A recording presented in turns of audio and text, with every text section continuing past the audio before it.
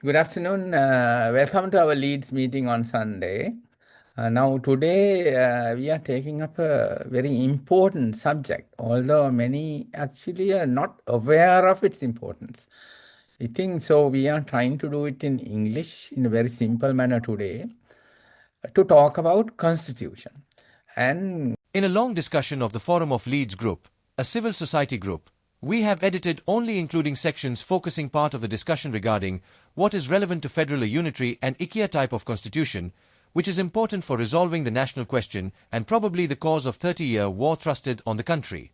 Discussion tries find the answers to the cause of war and possible resolutions to the national question, which needs open and frank discussion by the people, cannot be left to politicians only. Important. The Sinhala people are fearful that if you have the word federal and if the constitution is federal, it will definitely lead to secession. That secession would be possible. And that is a fear that you cannot discount. You have to understand that there is this fear based whether it's based whether it's true or not, that's a different issue. People are worried that federal can lead to secession. If you talk to the Tamils, they will say, oh, unitary means that you will take away all our powers at will. Indiscriminately, you will take away powers of the provincial councils. Now, in the 2016 to 18 constitutional reform process, which I will refer to again later, there was an interesting development that the Tamil Nationalist Alliance agreed to Ekiya, the word Ekiya. They said, use the word Ekiya, but please use it in Sinhala and English both. And they said, define it. And it was defined to mean what is actually an Ekiya Rajya in constitutional law terms, in unitary terms. In that the power to amend the constitution or to repeal and replace the constitution shall remain with the Parliament of Sri Lanka.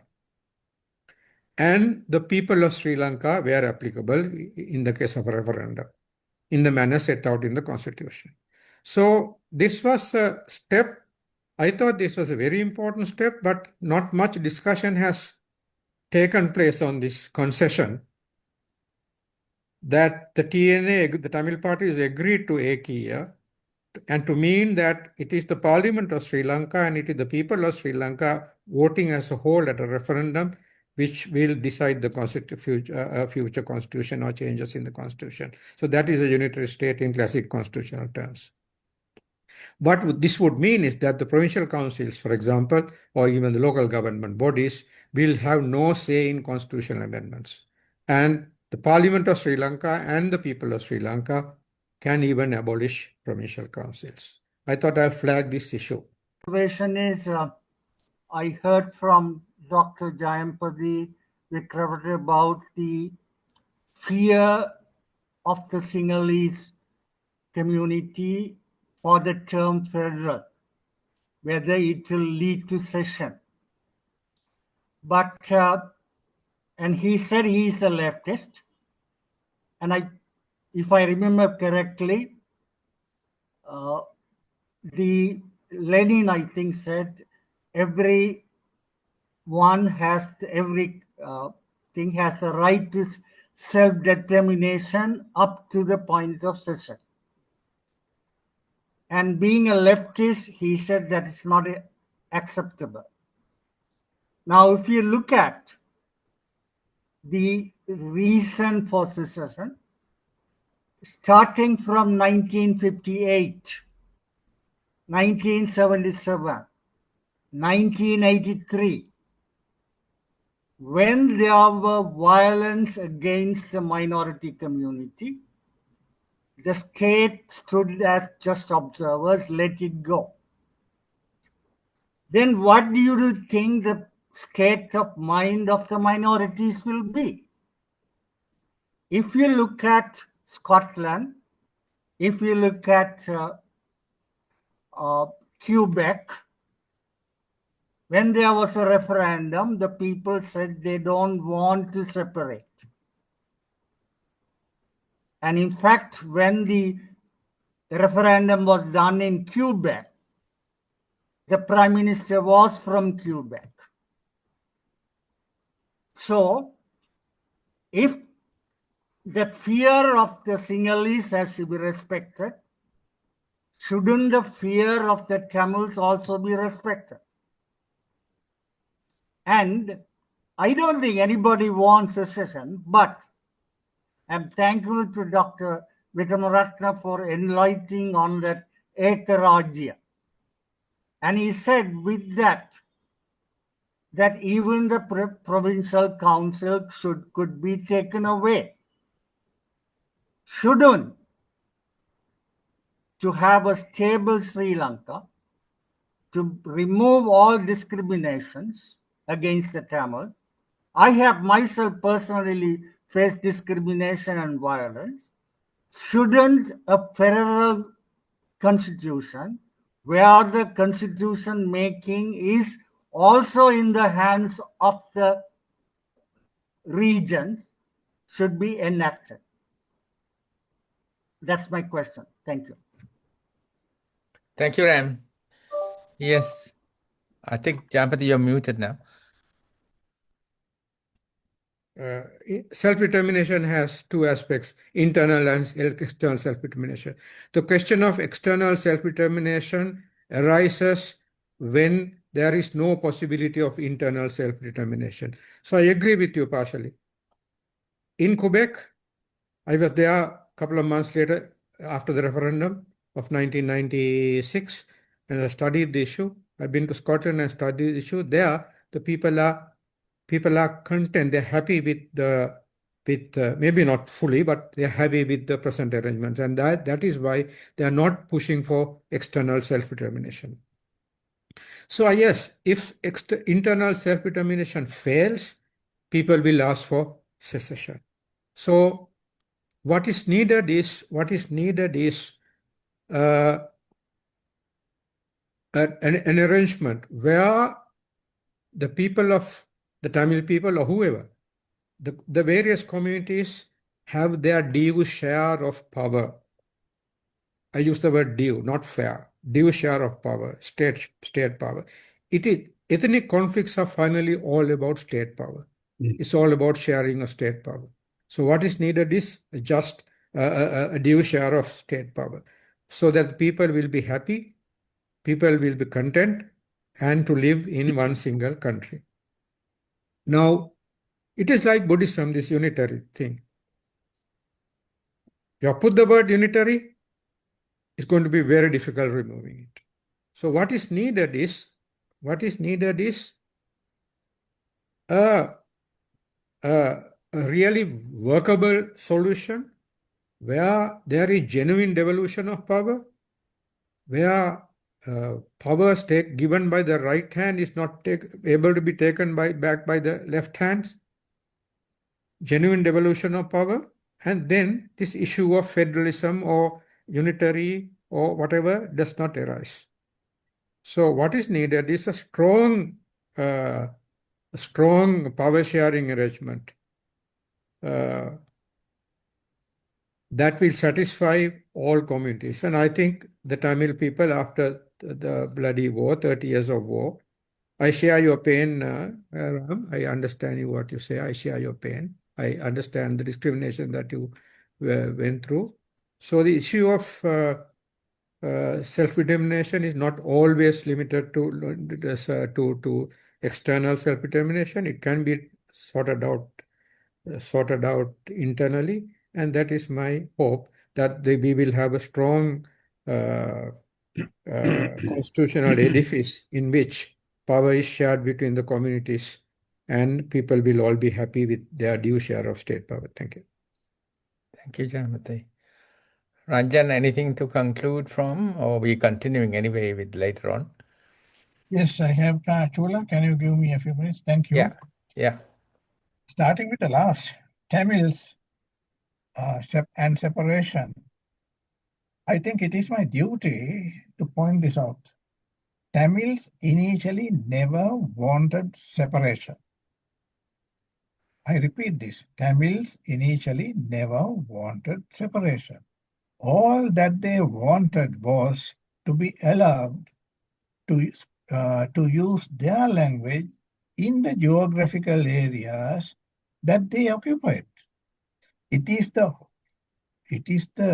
stupidity of the Sinhalese people's leadership, the short-sightedness and the hollow arrogance of the Sinhalese people that finally ended up with the Tamil people asking for separation because of the discrimination that they were subjected to.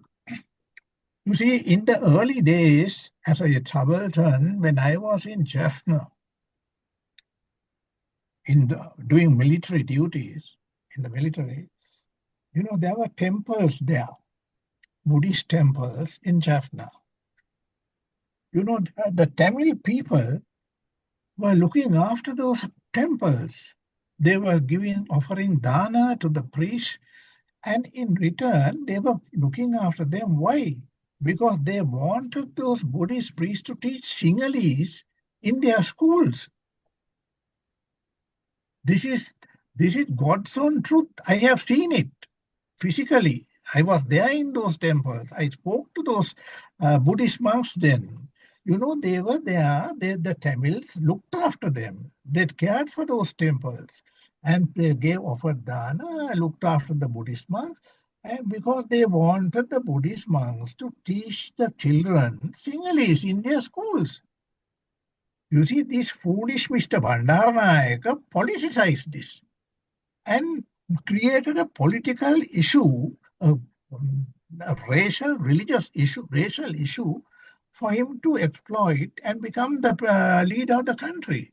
This is hardly ever mentioned. Let us be fair. That is, so let us remember that the Tamil people never wanted separation to begin with. If they are today asking for separation, it is the Buddhist Sinhalese people in the south who are accountable for it. I am also a Sinhala Buddhist. You see, fault due Brutus lies not in thy stars, but in thyself.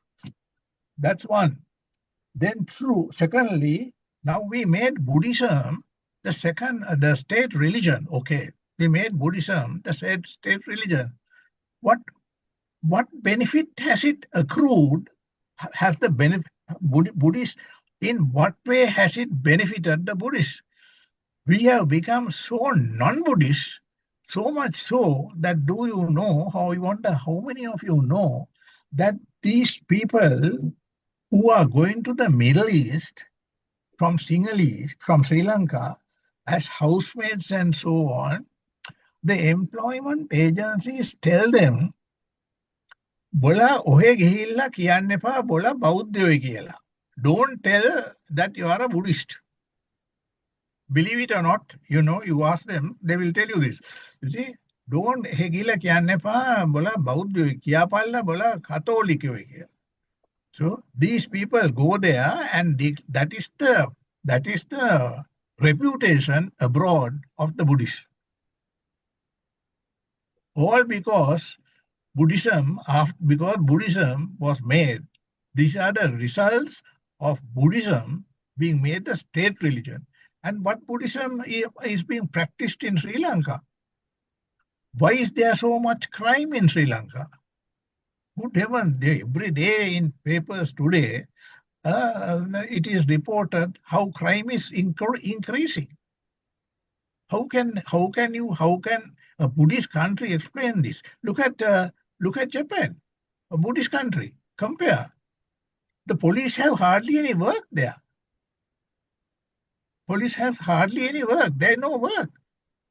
You see, for the police, people are so peaceful.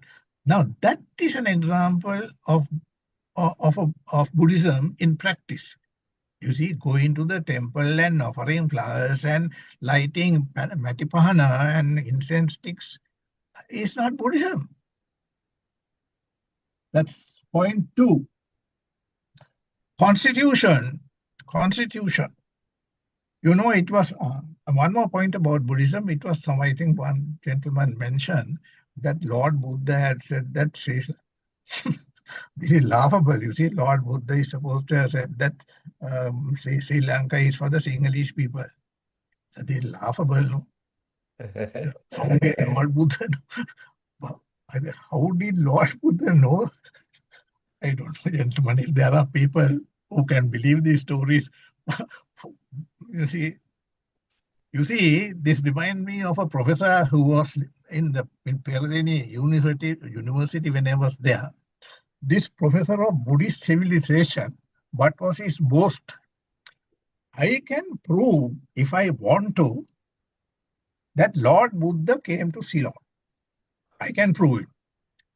At the same time, now if you want me, I can also prove that he did not come to Ceylon.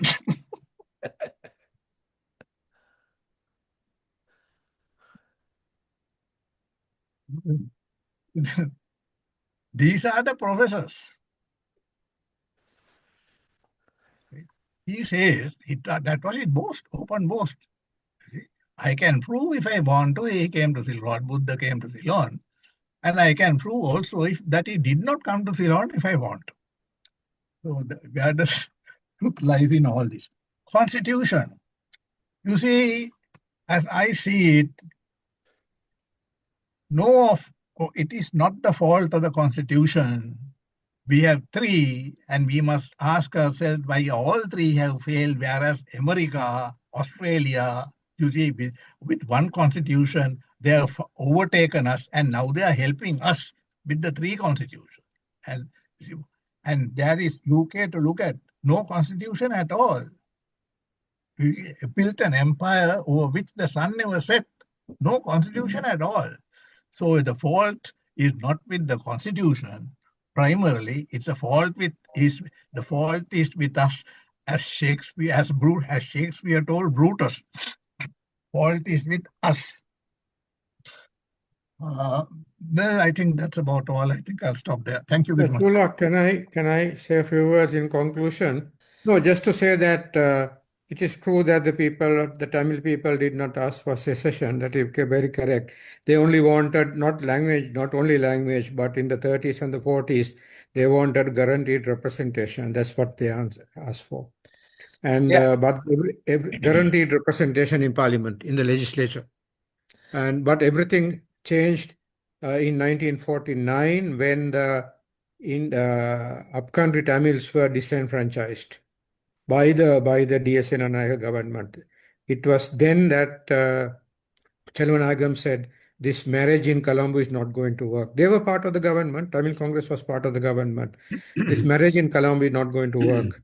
This power sharing in Colombo is not going to work. We need to have our own. He asked for federalism, and then broke away from the Tamil Congress. But at the first election in 1952, the Tamils did not vote for federalism. They defeated Chelvanagam in Kankasanture. He was defeated by a member of the United National Party, UNP Sitampala, and the Federal Party only won 2 seats. But then came 1955, and when the Sri Lanka Freedom Party and the UNP reversed their stand from equality, Tamil and Sinhalese to both to become official language to Sinhala only, then it changed. So then, of course, the Bandaranaga-Chelvanagam Pact, it was number of promises, it was abrogated. The Dalit-Chelvanagam Pact was abrogated. So all that led to finally Tamils asking for secession. So there is a historical development. So, but now we have this opportunity of going back, and having a long-lasting solution to the issue. Thank you very much. Absolutely right, Jampati. That's what we need to do, learn from the past and work for the future. Ram, we're waiting.